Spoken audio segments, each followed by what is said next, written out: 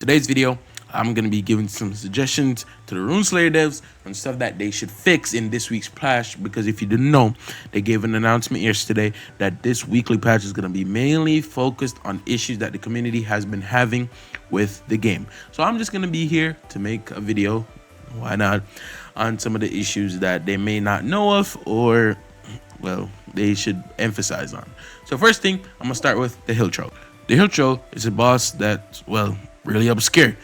Its location, which I don't recommend, it should be in a hidden chasm. It's either you made the entrance bigger or you make it more noticeable, because Hill Troll is really obscure to find. If you're playing on your first playthrough, you're more or less likely not to find the Hill Troll. Also, why not just give it a health bar? The Hill Troll is basically a boss. It should have an health bar, because if I'm fighting the Hill Troll solo, I just have to hope and pray that this thing dies before it one-shots me with one of its moves that have weird timings. Like, some of these timings are very weird. I don't understand it. Like, genuinely, he has a move that doesn't, like, it just winds up for at least 3 seconds and it's just instant after. Like, why are we doing that? So make the Hill Troll more noticeable, and maybe either take it out of the cave or just make the cave entrance bigger. While we're on the topic of bosses, why not give a posture bar to all bosses in the game? Bosses are able to be guard broken, and when you're fighting a boss and you're low, you're more or less likely gonna get anxious and all this stuff. You're just gonna unload all of your moves and just pray to God that the boss is guard broken. So add the posture bar so you know how to pace yourself in a fight, and honestly, just makes the game feel more transparent, and especially in a situation where you're fighting a world boss like the Spider Queen, which is a whole different topic. I feel like it should have a posture bar. All of them should have posture bars. So let's add a posture bar to bosses. And also, while on bosses, why don't we increase the drop rates? Like, drop rates in this game are really bad.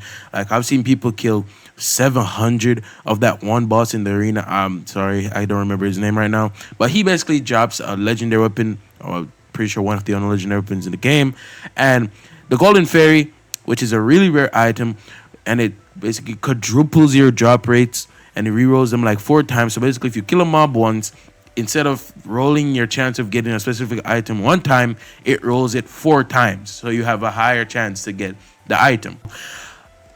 This guy, he killed like 400 or something like that of this boss, and he didn't even get the drop once. He quit and he came back, and I'm pretty sure eventually he got the drop, but he didn't even get it for like 400, which is really outrageous. So drop rates are really abysmally low, so why not just buff them? And I don't think that's gonna make things more common. It is gonna make your game less tedious and less painstakingly hard to grind. Well, on another topic, solo play. Well, solo play is really non-viable right now due to the mobs' HP, which, to be honest, they got lots of HP already, and like timing-based skills.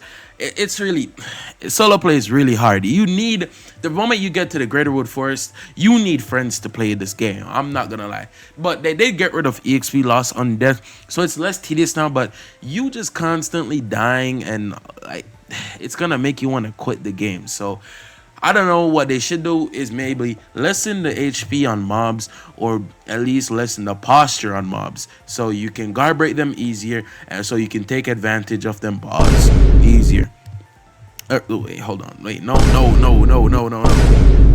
Basically, you can kill them easier. Yeah. So, an example of this is Nano. He posted a new video, him trying to solo progress a build, and he just quit at level 24 because, well, he couldn't, like, he was fighting a mud crab. He fought this thing for, I'm pretty sure, like 2 minutes straight, and it didn't die. So, and they pretty sure they said they nerfed HP on mud crab, which I think is mainly for the summon, like the pets. So I don't understand what's going on there. Some of you watching this, you might say, well, bro, parrying is the thing in the game. That's why we have parrying. Parrying is useless. Parrying, sure, it avoids damage, but it doesn't give back posture. Now, if you expect me to go through the whole entire game perfectly parrying every single attack from every single NPC in this game, you're bugging. I'm naturally gonna block an attack if I miss the parry timing.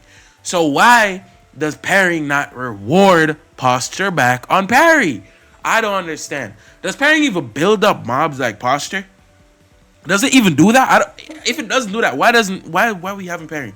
To avoid damage? Like, it's useless. Why add posture if you're gonna have parrying? Bro, honestly, just make parrying reduce posture and build up posture, because I'm pretty sure parrying does not build up posture of your opponent or on NPCs. So I'm gonna test it. If it does, I'm gonna put it in the video and call it my bad. But still, even if it does, it's useless because it doesn't get rid of your posture. So yeah, we should fix parrying. And finally, the chasm. The chasm at Balgar. Oh my god, bro. You need to padding up on that, or basically the hell or nether, whatever you want to call it. I call it the chasm. But basically, this place is literally meant to make your progression hard, time consuming, and just bro, it's just so bad. First of all, you burn in there if you don't have any fire resistance. All right, that's an environmental effect. Cool. Why is it so hard to tell when I'm gonna burn? Like, if I'm fighting an imp, which those things need to be nerfed, by the way. If I'm fighting an imp, why does the burn just randomly come in? Like, I'm just randomly fighting and I just start getting burned. I can't even tell. Like, I couldn't even tell that I'm about to get set on fire. Please, either you add a meter of a little bar on your screen, on the side of your screen next to the hunger bar or something, that tells you your temperature, because I've heard that there's gonna be a tundra place in the future, which I hope comes soon. There's gonna be a tundra place, so there's gonna be cold and hot.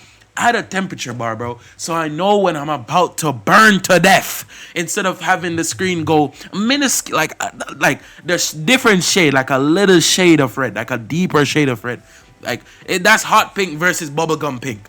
I cannot tell the difference. Or ruby rose versus rose. Like, what's the difference? What's the difference, bro? So please add a bar that just tells you your temperature into the game, because you're gonna have a temperature based thing in the game already. So why not just add a bar to save a bunch of work and a bunch of complaints from your community? Also, the lava in the chasm should not instant kill you. Make it do damage. Make it do at least like 50 damage. Actually, the same amount of damage that the burn from being in the chasm for too long does to you. Make the lava do that amount of damage if you fall into it. Because you want to add something that instant kills, but you're going to add mobs that just constantly push you into the lava for no reason. And also the aggro range is abysmal. So please lower the aggro range on some of these mobs, because if you're an elf, you are just gonna aggro everything if you're not an elf. So please just change these things, and I see your game being one of the a good game. I'm not gonna stretch. Yeah, I see your game being a very good game on Roblox. So that's all from me. Leave a like, comment, subscribe, and I'll see you guys in the next one. Peace.